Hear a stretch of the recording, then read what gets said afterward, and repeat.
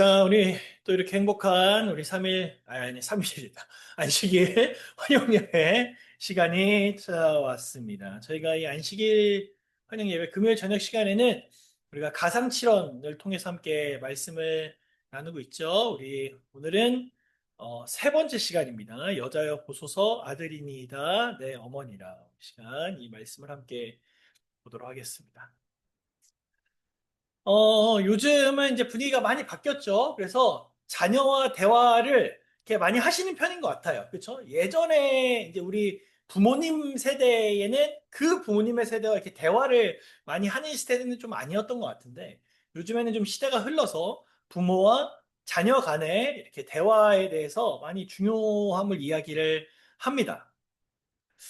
그런데 이제 한동안은 그 부모님에게 많이 역할이 좀 주어졌었거든요. 그래서 부모가 자녀들과 어떻게 대화해야 되는가, 부모가 자녀들과 대화하는 방법, 뭐 이런 것들이 많이 있었다면 또 반대로 자녀들이 부모님과 잘 대화하기 위한 방법들에 대해서도 언급해 놓은 책들이 좀 있더라고요. 근데 그 중에 하나의 내용이 있어서 좀 소개를 해 드립니다. 여기 나오는 10가지는 부모가 자녀와 대화하기 위한 방법이 아니라 자녀가 부모와 잘 대화하기 위한 자녀의 전략이라고 해서 나온 내용이라고 합니다. 좀 읽어드리면 이렇습니다. 첫 번째, 내 부모에게도 남의 부모에게 말할 때만큼의 예의를 지켜라. 두 번째, 부모가 화났을 때는 같이 화내지 마라.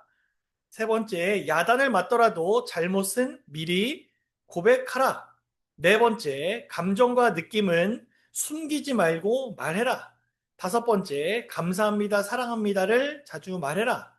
여섯 번째, 부모는 나와 다른 사람임을 인정해라. 때로는 일곱 번째, 때로는 논리적으로, 때로는 어리광을 피우며 말해라. 여덟 번째, 부모가 싫어하는 사람을 두둔하지 말라. 아홉 번째, 부모의 질문에는 즉각 대답하라. 열 번째, 절대 말대꾸는 하지 마라. 어떻습니까? 우리 부모님들의 입장에서 좀 이렇게 이해가 좀 되십니까? 네, 좀 공감이 좀 되십니까? 제가 전에 한번 목회자 모임을 했었는데 그 목회자 모임에서 그 지역장 목사님께 설교를 하시면서 옛날에 우리가 많이 알고 있는 어른들은 몰라요라는 노래 혹시 아세요? 뭐 어른들은 몰라요. 아무것도 몰라요. 뭐 공부하라고 하면 전부인가요? 우리 마음은 몰라요. 뭐 이런 노래가 있어요. 다 아실 거예요. 근데 제가 어릴 때에는 그걸 들으면서 그래. 우리 부모님들은 어른들은 누구의 마음을 몰라요? 우리들의 마음을 몰라요. 근데 제가 최근에 그 목회자 모임을 딱 참석하면서 그 노래를 딱 들었을 때 제 마음에 무슨 마음이 딱 들었는지 아십니까? 아, 이렇게 표현해서 죄송한데 지들은 아, 이 마음이 딱 드는 거예요. 자녀들, 자기들은 우리들 마음도 모르면서. 예. 이걸 보니까, 아, 그렇구나. 이제 아이들이 우리와 이야기를 하려고 할 때 이런 전략을, 또 저도 부모님과 또 대화할 때 이런 전략을 세워야 된다. 뭐 사실 제가 보니까 요 내용을 부모라는 그 글자를 자녀로 바꿔도 똑같습니다. 그렇죠? 남의 자녀를 대하듯이 내 자녀에게 예의를 지키는 거, 내 자녀가 화났을 때 똑같이 화내자 바꾸면 대입해 보면 다 똑같은 것 같아요. 근데 이런 내용들이 사람들이 공감을 하는 이유는 무엇이냐면 결국엔 대화가 중요하다라는 거예요. 그래서 그 대화를 통해서 부모와 자녀의 관계가 돈독해야 된다라는 것에 있어서는 우리 모두가 다 공감하고 있고 다 동의하고 있는 내용이기 때문에 그렇습니다.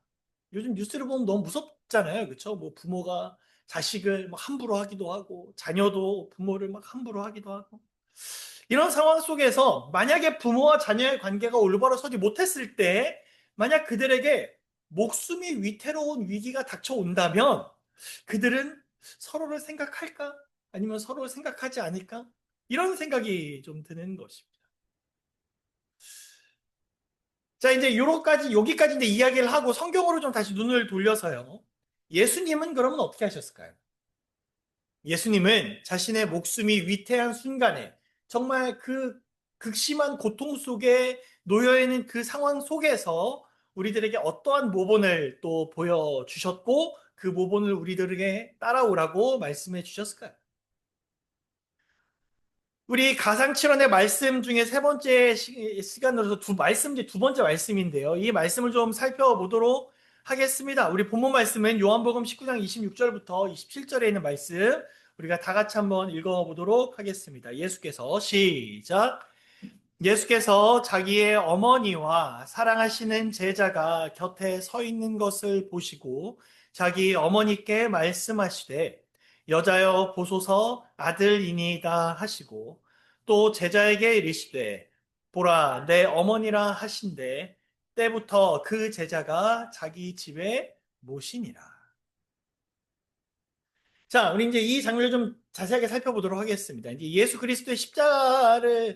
그리스도를 따르던 또 십자가상에 모여 있던 두 부류의 무리들이 있었습니다. 하나는 백성이라고 이름하는 자들이었고요. 또 하나는 그를 위하여 가슴 치며 슬피 우는 여자들의 큰 무리가 또 있었습니다. 이 예수님께서 십자가를 끌고 가실 때 그 십자가라는 어마어마한 사건을 대하는 대표적인 두 부류의 사람들이라고 할 수 있습니다. 백성들의 특징은 뭘까요? 백성들은 서서 구경하는 거예요. 십자가 무슨 일이 일어나고 있는가? 예수는 어떻게 생겼는가? 또 고통을 어떻게 당하고 있는가? 십자가를 다 지고 가고 있는가? 또 어떤 특별한 일이 발생하지는 않을까? 이런 어떤 뭐랄까요? 좀 호기심에서 지켜보는 백성들의 무리가 좀 있었습니다. 이 사람들은 골고다 언덕까지 구경하기 위해서 따라갑니다. 다른 한 부류의 사람들은 가슴을 치고 슬피 울면서 따라가고 있습니다. 왜 그럴 수밖에 없었을까요? 자기가 정말 사랑하고 자기를 위해 고난을 받고 있는 예수님을 향한 마음 때문이었습니다. 주님의 어떤 나를 향한 사랑이 아니라 주님을 향한 나의 사랑 때문이었습니다. 그러니까 주변에서 뭐 주님을 향해서 손가락질을 하고 뭐 예수님을 향해서 막 욕을 하고 이래도 상관없어요. 내 주변에 예수님을 비방하는 사람들이 막 산처럼 쌓여 있어도 상관없습니다. 그대로 따라가는 것입니다. 거기에는 그 여인들도 있었고요. 그 여인들과 동시에 따라가는 남자들도 있었는데 그 중에 한 사람이 누구였냐면 바로 요한이었습니다.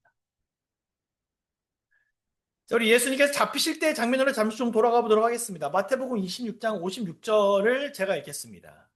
그러나 이렇게 된 것은 다 선지자들의 글을 이루려 함이니라 하시더라. 이에 제자들이 다 예수를 버리고 도망하니라. 우리가 저번에 한번 살펴봤지만 예수님께서 잡혀가시던 그 날밤에 예수님의 주변에는 아무도 없었습니다. 심지어 누구도 없어요. 예수님의 제자라고 자부하던 사람들조차 다 도망가 버렸어요. 그렇죠? 성경은 그렇게 기록하고 있어요. 그럼 이제 요한의 입장에서 보겠습니다. 요한은 그냥 제자도 아니고 예수님께 칭찬을 엄청 많이 들은 아주 정말 수제자들 중에 하나였습니다. 베드로도 그랬고 이 요한도 마찬가지였습니다. 그런데 이렇게 도망감을 통해서 요한과 예수님과의 관계가 망가져 버리는 거예요. 내가 요한이라면 어땠을까요? 여러분, 우리가 요한이라면 어땠을까요? 어쩌면 우리는 다시 예수님께 나아오겠다라는 결정이 쉽지 않았을지도 모르겠습니다. 그럼에도 불구하고 비록 예수님을 버리고 도망갔기는 했으나 그럼에도 불구하고 요한은 예수님을 너무 사랑했기 때문에 그 십자가 앞까지 또 예수님께서 자신을 필요로 하시는 그 순간까지 나아가서 그 순간에 그 옆에 있었던 것입니다. 그리고 그런 요한에게 우리 예수님께서는 자신의 사랑하는 어머니를 의탁하는 맡기는 그런 귀한 또 특권을 주신 거죠. 여러분, 우리가 이 상황 속에서 우리가 확인할 수 있는 것은 무엇이냐면 어떠한 상황 속에서도 예수님을 향해서 나아가는 요한의 모습이에요. 많은 사람들이 예수님을 믿으면서 다 간절히 기대하고 바라고 고대하는 것은 무엇이냐면 내 신앙의 생활에, 내 신앙의 여정에 아무 어려움 없이 그저 내가 필요로 할 때 예수님께 나와서 충분히 복받게 되기를 많은 사람들이 원하고 있습니다. 그러나 주님이 정작 우리를 필요로 할 때 우리는 그 곁에 있겠다라는 결심을 하고 있는지는 우리가 다시 한번 스스로 질문을 던져볼 필요가 있습니다. 마치 누구처럼요? 요한처럼. 여러분, 우리들의 신앙은 어떠한 모습입니까? 내가 늘 무언가를 바랄 때만 나아가고 있는 신앙의 모습입니까? 아니면 주님이 나를 필요로 하시는 그 순간에 옆에 있겠다라고 결심하고 나아가는 그러한 신앙입니다. 간절히 바라기는 우리 김포교회 있는 모든 성도님들은 주님께서 나를 필요로 하실 때, 주님께서 나를 부르실 때, 주님께서 나를 이끄실 때 당당히 담대히 그 앞으로 나아가는 우리 모두가 되시길 간절히 바랍니다. 다시 본문으로 좀 돌아가 보겠습니다. 조금 전까지 우리는 예수님 곁에 머무르는 요한과 여인들의 모습을 좀 살펴보았다면, 이제는 아주 극한의 고통 가운데서 보여주시는 예수님의 사랑과 연민의 모습에 주목할 필요가 있습니다. 제가 첫 번째 시간에 한번 말씀드렸습니다만, 이 십자가라는 것은 단순히 여기가 그냥 적당히 아프고 많은 정도의 형벌이 아니었잖아요. 그렇죠? 정말 온몸에 어떤 수분과 피가 다 빠져나가고 온몸에 채찍질 당하고 정말 망가진 그러한 과정이기 때문에 엄청난 괴로움이 지속되어져 가고 있는 상황입니다. 그런데 그런 예수님의 눈에 이제 누가 들어와요? 사람들이 눈에 들어오기 시작해요. 같이 한번 읽어보겠습니다. 예수의 십자가 시작. 예수의 십자가 곁에는 그 모친과 이모와 글로바의 아내 마리아와 막달라 마리아가 섰는지라. 예수께서 자기의 어머니와 사랑하시는 제자가 곁에 서 있는 것을 보시고 자기 어머니께 말씀하시되 여자여 보소서 아들이니이다 하시고, 그 고통받는 와중에도 고통받는 자신을 바라보며 안타까워하고 슬퍼하고 있는 사람들이 눈에 들어와요. 특별히 그 중에 누가 눈에 들어옵니까? 예수님의 어머니 마리아가 있었어요. 그때 예수님께서는 자기의 사랑하시는 제자 요한이죠. 이 요한에게 자기의 어머니를 의탁합니다. 그 고통 중에서도 자신의 어머니를 생각하고 배려하는 모습이 십자가상에서 등장을 하는 겁니다. 이상하게 참 이런 말씀을 준비하면서 자꾸 뭐가 떠오르냐면 저의 연약함이 자꾸 떠오르는 것 같아요. 정말 아주 지극히 비할 바 안 되고 아주 하찮은 비유이지만 제가 경험한 게 많이 없어서 이렇게밖에 비유할 수밖에 없는 것 같아요. 저희 아이가, 첫째 아이가 어릴 때 잠을 잘 안 잤습니다. 100일의 기적 뭐 이런 말 많이 하잖아요. 이렇게 아이가 태어나서 100일 있으면 잘 잔다? 저희 집에 그런 건 없었습니다. 100일이 무슨 말이에요? 100일, 200일, 300일. 안 자요. 얘를 안 자. 왜 안 자는지 모르겠어. 그래서 막 교대로 막 재우다가 막 제가 안고 재우다가 막 새벽 4시까지 막 재우려고 하다가 안 돼갖고 막 눕혔다 들었다가 막 그런 과정을 막 해서 어느 순간은 어떤 과정이 이제 이르러 오냐면 교인분들이 우리 성도님들이 자꾸 그때 당시 저희 담임 목사님을 이렇게 뭐라고 하기 시작합니다. 빨리 운전하라고. 제가 운전을 하다가 잠을 못 하고 자꾸 좋으니까 제 담임 목사님께 이러다가 우리 큰일 나게 생겼으니까 빨리 저 전도사님 재우고 담임 목사님 운전하라는 거예요, 자꾸. 막 그런 일이 막 발생하게 되는 거예요. 근데 문제는 뭐냐면 제가 이 생각했던 이 부모님의 모습이란 아무리 잠을 못 자도 아무리 내가 수면이 부족해도 누구에게는 사랑이 가득해요? 우리 아이에게는 사랑이 가득해야 되잖아요. 근데 아닙니다. 이 수면 부족에는 장사 없어요. 어느 날은 얘가 막 새벽 2시, 3시까지 막 이렇게 눕히면 깨고 하니까 그때부터는 저도 막 너무 막 짜증이 나는 거예요. 이미 저희 집사람도 힘들고 저도 힘들고 교대로 막 저희 집사람 자러 들여보내서 잠깐 하고 있는데 저희 아내도 마찬가지였겠지만 왜 안 자니?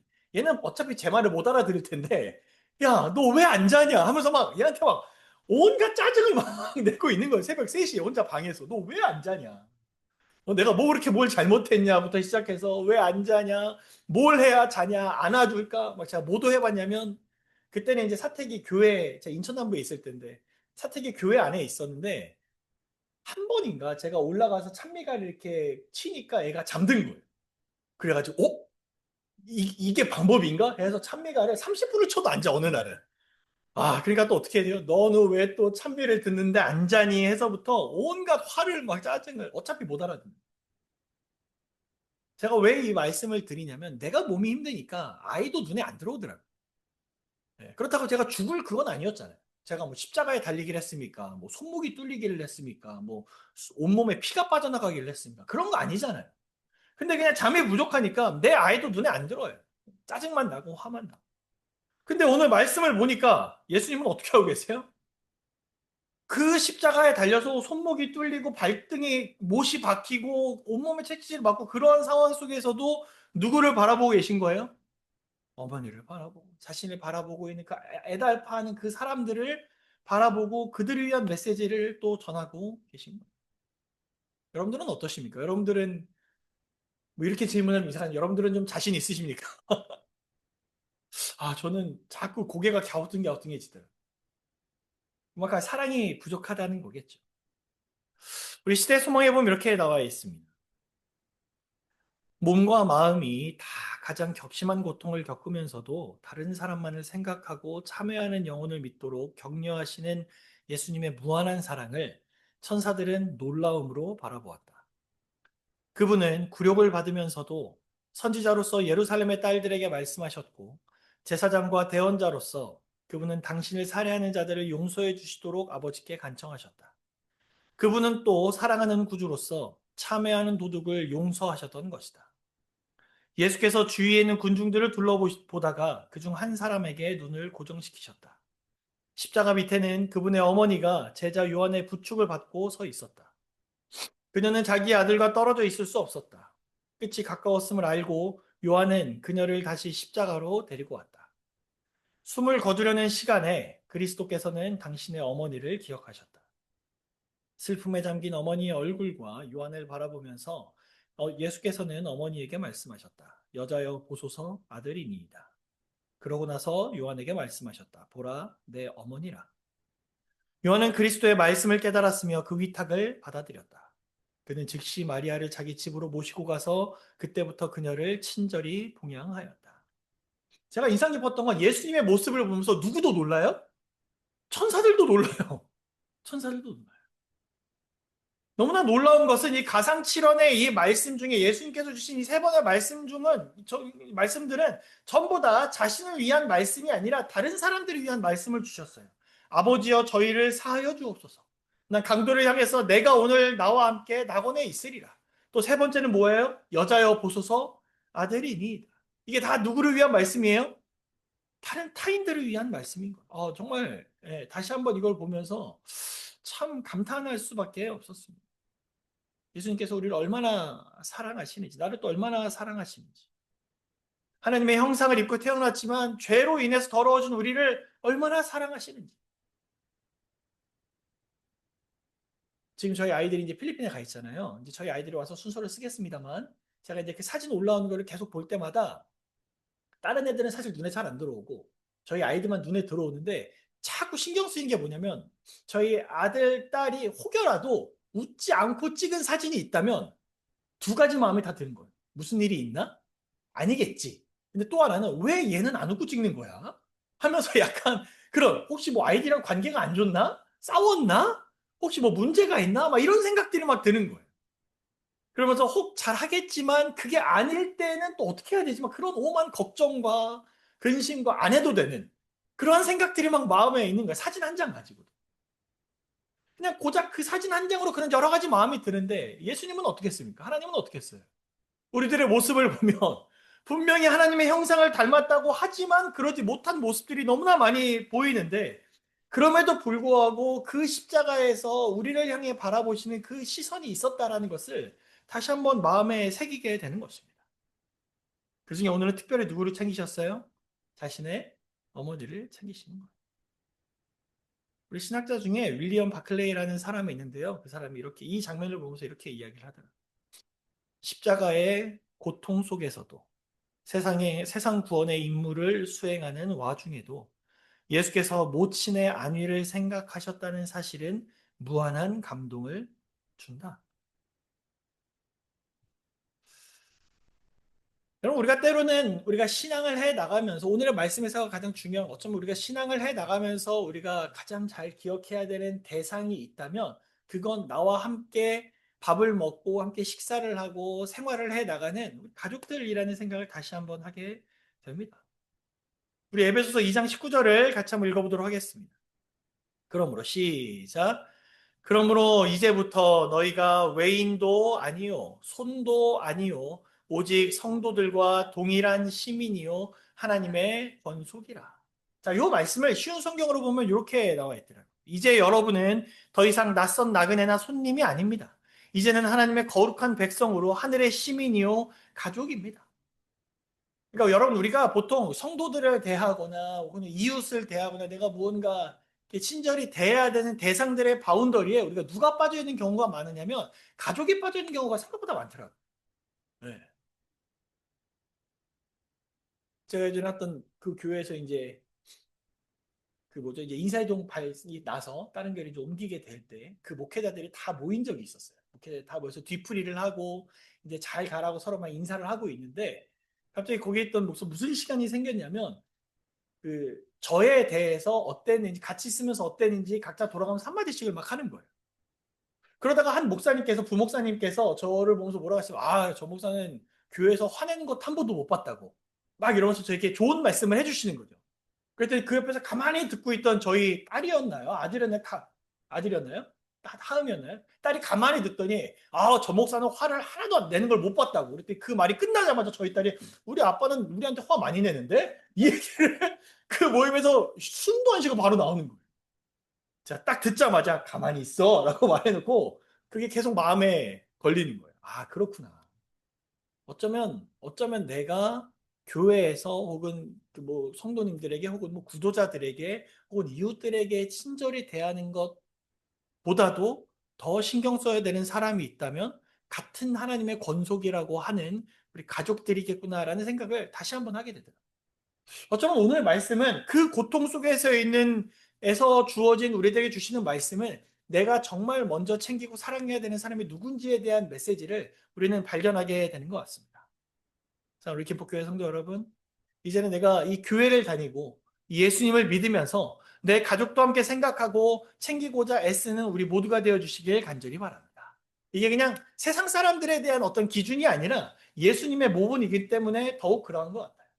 우리 주님께서 십자가 고통 가운데서도 어머니 마리아를 요한에게 맡기신 것 같이 우리도 나의 남편, 내 아내, 내 자녀, 내 부모님에 대해 다시 한번 생각하고 기도해야 될 줄로 믿습니다.